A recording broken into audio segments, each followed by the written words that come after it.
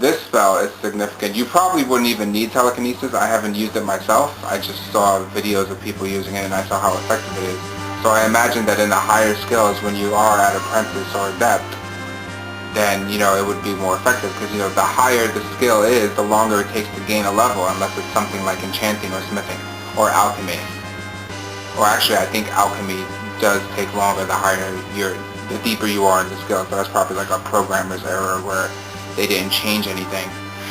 They just left it, the way it was for enchanting and smithing, and then when it came to alchemy, they realized that they had to do something about that.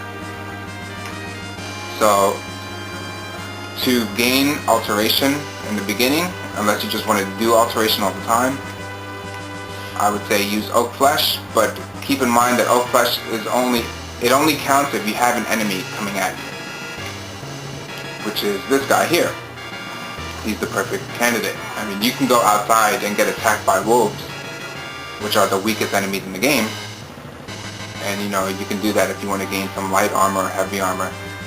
If you want to power level any of those, defense, light, heavy armor, or blocking.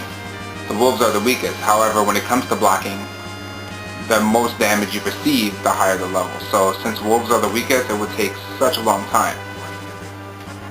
So I wouldn't recommend just walking away from them. I'll do something like that in the beginning when you actually have weak armor and you're getting hurt. But later on in the game, I wouldn't recommend. You probably want to go to mud crabs, which are a little bit stronger, and they have a higher attack rate. But the higher attack rate can be a problem because with a higher attack rate, they're not giving you a significant amount of time to regenerate your health. Your health regenerates after a while. With this guy, this guy right here with the companions, the champions, companions, whatever they are, he's just the best overall to actually get all of your offensive skills up.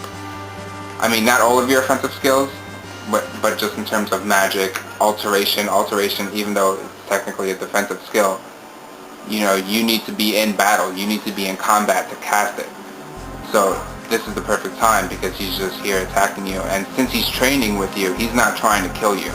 I highly doubt that he can get to kill you unless something happens and it glitches out and the computer just gets tired of you or whatever. But yeah, this is the best time to use alteration against an enemy who you can't kill. But he's always going to be an enemy, and he's not trying to kill you. And like I said, destruction, you probably want to do it until level 50. Also, I would recommend getting robes, which, the alteration, apprentice, whatever robe, obviously master robes being the best.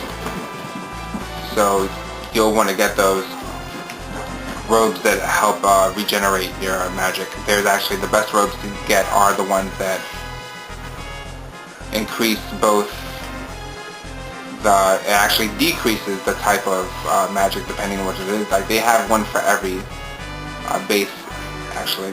Anyway, they have destruction robes, they have alteration, they have a robe for every type, and it'll decrease 10-15% of the cost. That's also helpful, not to mention the quick regeneration that it comes with. So those robes are the best, they're costly.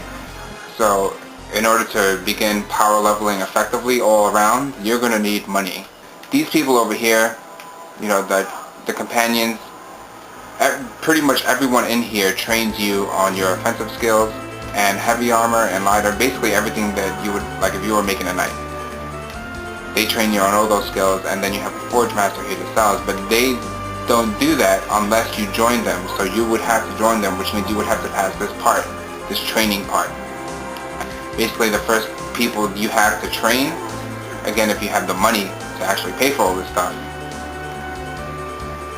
And notice that I've been talking this whole time and I'm actually losing a lot of health, so I guess it is possible for this guy to kill you, provided you take this long. This thing isn't supposed to take this long.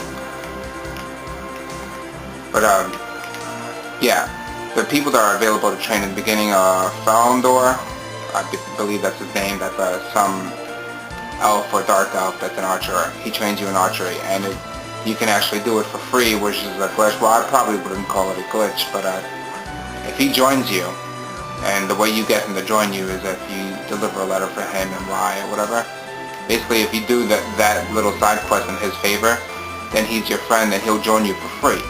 When he's with you, you can trade items with him and also trade money, so when you pay for a skill, you can just take your money out of his pocket.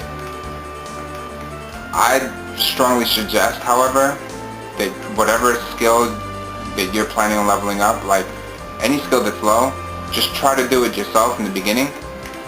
The reason being is you don't want to pay for a skill that is easy for you to get up, you know, like especially like smithing. Like one of the smithery guy for the companions, he trains you on smithing. I wouldn't waste my money doing that, you know. I'd rather just do it myself, where not only is it going to take that much time, it's not going to take that much time, but I'm actually making weapons better, which is also better to sell, which also selling helps your speech. So it, you know, the economy goes all around. Muffle has to be the best, easiest spell, that is to say, it's the only spell that you can just cast, just to cast. Like you're just casting it. Like you can do it for no reason, you could just spell it. Basically the spell is to make you move silently, so you don't need an active enemy around, you don't need to be in sneak mode or anything like that, you can just cast it. So that's the best spell. But I wouldn't do that right away. I would save it for when I have other levels up. The reason being is, if you're going to try to power level something, you know, basically you want to spread it around. You don't just want to power up one thing and then you lose your shot. Like, also if you have the money, like having a lot of money is going to help you power level if you're aiming for that. Because you want to take advantage of training. Again, I wouldn't pay for training in the beginning. I would pay for maybe if I have like a certain skill at like past level 25 or 30. Once you're there, then doing simple things like killing easy enemies with archery is going to take a while. So then yeah, probably you would want to take advantage of power, though I wouldn't buy those skills early in the game though. Because, you know, it's going to be a waste if you could just gain it relatively easy on your own and then you're spending money. You know, it just doesn't make any sense. So yeah, destruction, most time consuming in terms of power leveling, but if you have the Lover's Stone, if you have the robes, if you have magic fortification, and if you're deep, like if you raised up other skills, like obviously, like I said, you should raise up smithing first. If you did that, you would have a high enough level, which means you should raise your magic. You should also add the skills into destruction, which increases your damage by dual casting and also increases whatever skill you want to use. In my case, I increased fire. I'm only using fire, so I increased that. But whatever it is your preference, you know, even if you're not aiming to, like, let's say you made a completely different character, you just made a Nord or something, and he's not looking like magic at all. You just want to you just want to make a tank of a character, and you wouldn't want to increase his magic. Personally, I would do it because since you're power leveling, you're benefiting, you're gaining levels off of this. You're gaining levels that you wouldn't normally gain because you're not using destruction, you're making a tank. So you might as well just spend those skills into destruction to help this go by a lot faster. And also I want to talk about the companions, like I almost forgot about that. The companions, the level of the companions are based off of the level that you are when you meet them. Not whenever you gain a level, they gain a level. No, they never gain levels. And pretty much the first character you run into that you can join, I mean you can join anyone in any order. You can have anyone join you in any order. But the first option you get is pretty much Falador from Riverwood. He sucks, but it's not his fault. He's terrible because you meet him in the beginning. You're like somewhere between levels 1 and 5. So he's going to be between levels 1 and 5, and he's going to suck. Like, you can give him the best armor, and he's always going to die so fast because he has, you know, his stats are terrible. You know, his stats are like your stats in the beginning of the game. So keep that in mind when you want to have anyone join you. I wouldn't just, like, if you have a particular character you want to join, like personally me, I have Mercurio join me because he's like the best wizard. If you have someone particular in mind that you would want to stick with, don't have them join you in the beginning of the game. Have them join you when you're done power leveling or if you're at a high enough level.